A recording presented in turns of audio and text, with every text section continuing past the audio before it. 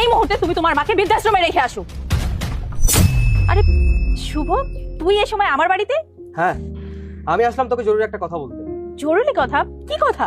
তুই তো জানিস আমার মার সাথে আমার স্ত্রী তেমন একটা বনিবনা হয় না, আর আমার স্ত্রী কালকে বলে দিয়েছে সে আর কোনো অত্যাচার সহ্য করতে পারবে না, আমার মাকে নাকি বৃদ্ধাশ্রমে দিয়ে আসতে। আর আমার মাকে যদি আমি বৃদ্ধাশ্রমে না দিয়ে আসি সে আমার সংসার করবে না। কিন্তু এটাও জানিস আমি আমার স্ত্রীকে কতটা ভালোবাসি, ওর ভালোর জন্য সুখের জন্য আমি সবকিছু করতে পারি। তাই আমি আজকে আমার মাকে বৃদ্ধাশ্রমে দিয়ে তোর বাড়িতে আসলাম তোকে ব্যাপারটা জানানোর জন্য। আরে তুই এটা কি করলি? তুই তোর বউর কথায় মাকে বৃদ্ধাশ্রমে রেখে আসলি? তুই এমন একটা নোংরা কাজ করতে পারলি? আরে তুই কি ভুলে গিয়েছিস এই মা 10 মাস 10 দিন আমাদেরকে পেটে ধারণ করেছে, এত কষ্ট করে আমাদেরকে বড় করেছে, আর তুই কি না সেই মাকে বৃদ্ধাশ্রমে রেখে দিয়েছিস? এই তুই কি পারবি কোনোদিনও আমাদের মায়ের ঋণ শোধ করতে? তুই এরকম একটা নোংরা কাজ কি করে করতে পারলি? যে মা তোকে বড় করলো, লালন পালন করলো, সেই মাকে তুই তোর বউর কথায় বৃদ্ধাশ্রমে রেখে আসলি? আরে তোর বউ যখন কথাটা বলেছিল তোর তো উচিত ছিল ঠাস ঠাস করে গালে 2টা থাপ্পড় দেওয়া। কি ব্যাপার আলিফ, তুমি আমার গায়ে কেন হাত তুললে? কেন বুঝতে পারতেছো না? আমি তোমার গায়ে কেন হাত তুলছি এটা তুমি বুঝতে পারতেছো না?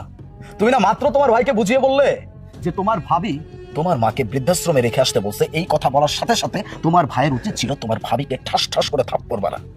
আমিও সেটাই করছি, কারণ তুমিও সেম একই কাজটা করছো, সেটা তোমার ভাবি করছে। তুমি আমাকে ফোর্স করছো আমার মাকে বৃদ্ধাশ্রমে পাঠানোর জন্য। কেন এখনো বুঝতে পারতেছো না আমি তোমাকে থাপ্পড়টা কেন মারলাম? এসবের মানে কি? মানেটা একদম সহজ, আমি আমার মাকে বৃদ্ধাশ্রমে পাঠাইনি, এই সবকিছু আমার আর দুলা ভাইয়ের প্ল্যান ছিল। এক্স্যাক্টলি, এই সব কিছু আমার করা প্ল্যান। আমার না ভাবতে অবাক লাগতেছে যে এখনো পর্যন্ত আমার বউ আমার মাকে নিজের মা বলে মানতে পারে নাই, তাকে এখনো পর্যন্ত শাশুড়ির নজরে দেখে। আমার মায়ের উপর তুমি দিনের পর দিন যথেষ্ট পরিমাণ অন্যায় অত্যাচার করে গেছো, আমি কিচ্ছু বলতে পারিনি। বুঝি আমাকে সবসময় একটা কথা বলছো যে তুমি আমার সংসার করবা না, তুমি চলে যাবা। আমাদের এই পরিবারের একটা মান সম্মান আছে, আমার মান সম্মান আছে, আমার মায়ের মান সম্মান আছে। এই মান সম্মানের দিকে তাকিয়ে আমি তোমাকে কিচ্ছু বলতে পারতাম না, কিন্তু আজকে তুমি কি করলা? শেষমেশ কিনা তুমি আমাকে ফোর্স করতেছো আমার মাকে বৃদ্ধাশ্রমে রেখে আসার জন্য। ওই যে কথা আছে না, দুনিয়ার সব থেকে নিরীহ মানুষের অস্তিত্বের উপর যদি কখনো চাপ পড়ে না, সেই নিরীহ মানুষটাও মাথা চাড়া দিয়ে দাঁড়ায়। আজকে সেটাই হয়েছে, যখন নিজের বেলায় আসছে তখন খুব লাগছে তাই না, কলিজা ফেটে যাচ্ছে নিজের মায়ের জন্য। তাহলে আমার কেন হবে না? আমার মামাকে জন্ম দেয় নাই, সে আমাকে লালন পালন করে নাই?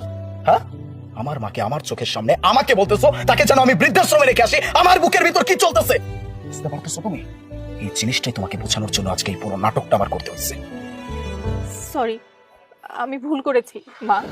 মা আপনি আমাকে ক্ষমা করে দিন, আমি বুঝতে পারিনি। আমার উচিত ছিল যেখানে শাশুড়ি সেখানে তো নিজের মা, আমি কিনা আমার মাকে এরকম অপমান করেছি। মা আপনি আমার শাশুড়ি না, এখন থেকে আমি আপনাকে নিজের মায়ের মতোই দেখবো। মা আপনি আমাকে ক্ষমা করে দিন। না না মা,